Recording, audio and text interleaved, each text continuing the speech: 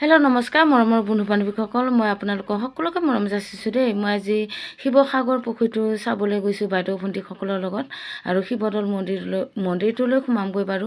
এই দেখুৱাইছোঁ মন্দিৰটো, চাৰিওকাষে পুখুৰীটো মানে ঘূৰি আছোঁ আমি সকলোৱে একেলগে মিলিজুলি চাই ফুৰিছোঁ। ইমান প্ৰকাণ্ড ডাঙৰ পুখুৰী শিৱসাগৰ পুখুৰীটো, আৰু পুখুৰীৰ ওপৰতে হাঁহবোৰ মানে চাং বনাই ৰাখি থৈ দিছে, ৰাজহাঁহবোৰ।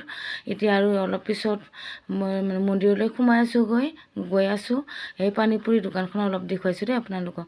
এতিয়া মন্দিৰৰ ভিতৰলৈ গৈ আছোঁ, মই খটখটি উঠি আছোঁ। চাৰিওকাষে দেখুৱাই থাকিম, চাৰিওকাষে কি সুন্দৰ সুন্দৰ ফুল বাগান গছ গছনিয়ে ভৰা আছে। আৰু মন্দিৰৰ ভিতৰলৈ নোসোমাওঁ বাৰু।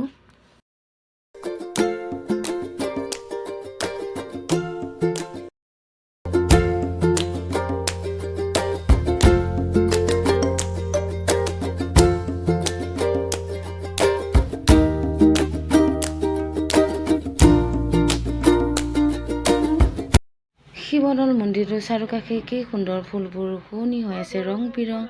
আজি মই আহি পালোঁ প্ৰথমবাৰ এই মন্দিৰটোৰ ওচৰত, ইমান সুন্দৰ ফুল ফুলি আছে।